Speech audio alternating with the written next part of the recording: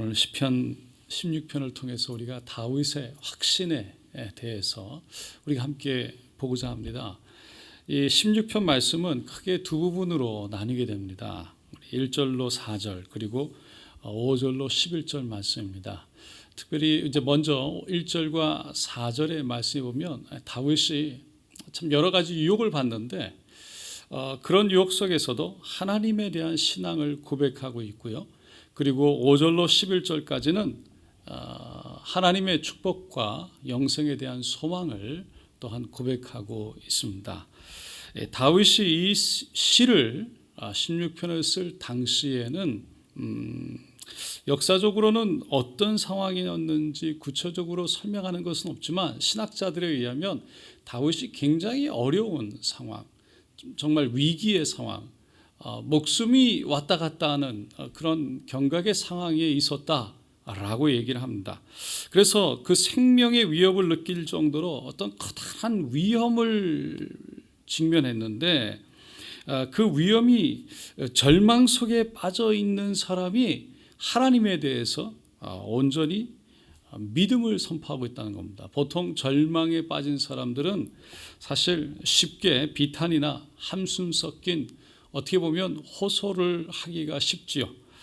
그런데 다윗은 오히려 하나님의 축복에 대한 믿음 그리고 영생에 대한 소망으로 가득 차 있는 것을 보여주는 것입니다. 다윗은 자신의 처한 위기의 상황에서도 비관적인 태도라기보다는 오히려 그런 믿음의 태도를 가지려고 했습니다. 더 나아가서 하나님의 구원에 대한 확신을 가졌던 것이죠. 그래서 이 시를 신학자들은 일반적으로 확신시라고 분류해서 따로 얘기를 합니다. 그러면 16편을 보면은 좀 자세하게 보면 먼저 1절로 4절 첫째 앞부분입니다. 다윗은 하나님의 이름을 부르면서 시작하고 있죠. 그러면서 2절부터 4절까지 자신은 다른 신의 이름을 부르지 않겠다라고 고백을 합니다. 우리는 다윗의 신앙이 이것을 통해서 어떤 신앙인지를 볼 수 있습니다.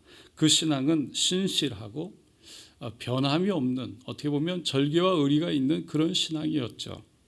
그런 신앙을 사람들은 당연한 거 아니냐 라고 얘기할 수 있지만 정말 눈앞에 이 죽음의 위기가 펼쳐지는 상황에서 사실 그렇게 오직 하나님을 붙들 수 있다는 것이 쉬운 일만은 아닙니다. 끝까지 하나님을 신뢰하고 오직 하나님만이 나의 복이시다. 그런 믿음의 고백 또한 의리 지킨다는 게 쉬운 일이 아니라는 거죠. 사람들은 정말 죽음의 위기를 처하면 무엇이든지 좀 지푸라기라도 잡고 싶은 마음에 자신이 그 위기에서 구원을 받을 수만 있다면 살아날 수만 있다면 정말 무엇이라도 하겠다는 마음이 보통 사람들의 마음일 겁니다. 그래서 자신에게 어떻게 보면 복을 줄 수 있고 살려줄 수 있고 정말 어떻게 보면 구원해 줄 수 있는 다른 신이라도 있으면 확신이 있으면 어떻게 보면 그런 소망이 보이면 어떤 물건이든지 어떤 일이든지 거기에 더 마음이 끌리는 것이 사람이라는 것이죠. 그런데 다윗은 오직 주님만이 나의 복이시다.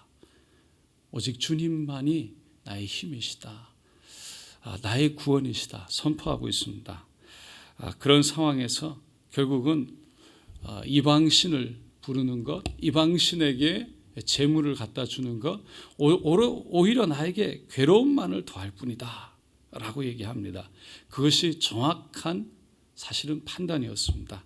그러면서 5절에서 보면은 야훼는 나의 산업과 나의 잔의 소득이시며 나의 분깃을 지키시나이다. 오직 주님만이 할 수 있음을 고백하고 있습니다. 우리 하나님이 눈에 보이지 않고 우리 하나님이 손에 잡히지 않기 때문에 때로는 정말 절망의 시간에 들어갔을 때 우리도 모르게 우리의 마음이 절망 가운데에 거하면 어느 누가 나를 도와줄 수 있을까? 어느 누가 나를 일으킬 수 있을까? 어느 누가 이 상황을 변화시킬 수 있을까? 그리고는 눈에 보이지 않는 하나님이 아니라 손에 잡히지 않는 하나님이 아니라 그 어떤 무엇인가 손에 잡히는 것에 눈에 보이는 것에 더 의지하고 싶어지는 것이 인간의 마음이라는 것이죠. 결국 하나님은 다윗을 그의 고백대로, 그의 믿음대로 안전하게 물질과 또한 복으로 하나님은 역사해 주십니다.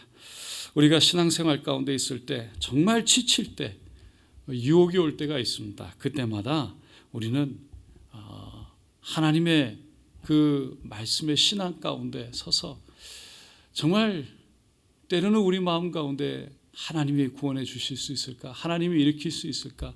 하나님이 정말 치료해 줄 수 있을까라는 의심이 올 때에 그것을 잠재우고 오직 신실함 가운데 하나님만이 나의 복이라고 끝까지 마지막 순간까지 고백되어질 수 있기를 간절히 원합니다. 두 번째로 5절로 11절에 보면 다시 두 부분으로 나뉘게 되는데 5절로 9절 말씀 그리고 10절로 11절 말씀입니다. 5절로 9절까지는 하나님이 허락하신 기업을 소유하게 될 것이라는, 하나님이 허락하시는 그 반드시 응답이 있을 것이라는 그런 고백과 함께 10절로 11절에서는 부활과 온전한 영생에 대한 믿음의 고백을 이어가게 됩니다. 여기서 묘사되는 다윗은 참 행복한 모습으로 묘사됩니다. 6절에 보면 내게 줄로 재어준 구역은 아름다운 곳에 있으며 나의 기업이 실로 아름답도다. 하나님이 주시는 기업은 아름답다는 거예요. 그 하나님이 주시는 기업에 대한 소망으로, 하나님이 주시는 기업에 대한 그 비전으로 마음이 가득한 거죠. 하나님의 것은 아름다운 것이다. 그래서 그 어려움, 정말 죽음을 직면한 위기, 그 위험 속에서 하나님의 것을 꿈꾼 거예요. 그 하나님의 아름다운 것을 본 것이죠. 그러면서 두려움이 아니라 그 하나님이 아름다운 것에, 그 주실 것에 대한 기쁨으로 그 안에 가득 차 있는 겁니다. 그게 진정한 믿음이겠죠. 정신적으로, 육체적으로 하나님께서 허락하시는 그 아름다운 복을 비전 가운데, 꿈 가운데, 소망 가운데 바라본 거예요. 그러면서 그 안에서 그 아름답다는 얘기가 나오고 있습니다. 그런데 본문의 마지막 구절에 보니까 10절로 11절에 보면 그가 그렇게 행복과 안전의 복을 누렸던 이유를 설명합니다. 그것은 영생에 대한 소망이었어요. 10절에 이는 주께서 내 영혼을 수월에 버리지 아니하시며 주의 거룩한 자를 멸망시키지 않으실 것임이로다. 11절에 주께서 생명의 길을 내게 보이시느니 주의 앞에는 충만한 기쁨이 있고 주의 오른쪽에는 영원한 즐거움이 있나이다. 다윗은 이 세상의 즐거움, 이 세상의 또 괴로움, 아픔, 고난, 고통을 다 뛰어넘어서 저 천국의 기쁨, 저 천국의 영원한 생명과 비교할 수 없다는 것을 고백하고 있어요. 그것을 온전히 알았던 것입니다. 그리고는 하나님께서 자신을 그 어둠 가운데, 수월 가운데, 괴로움 가운데, 고통 가운데 그냥 내버려 두시는 것이 아니라 반드시 건져주실 것을, 소망으로 영생 가운데 인도해 주실 것을 알았던 것입니다.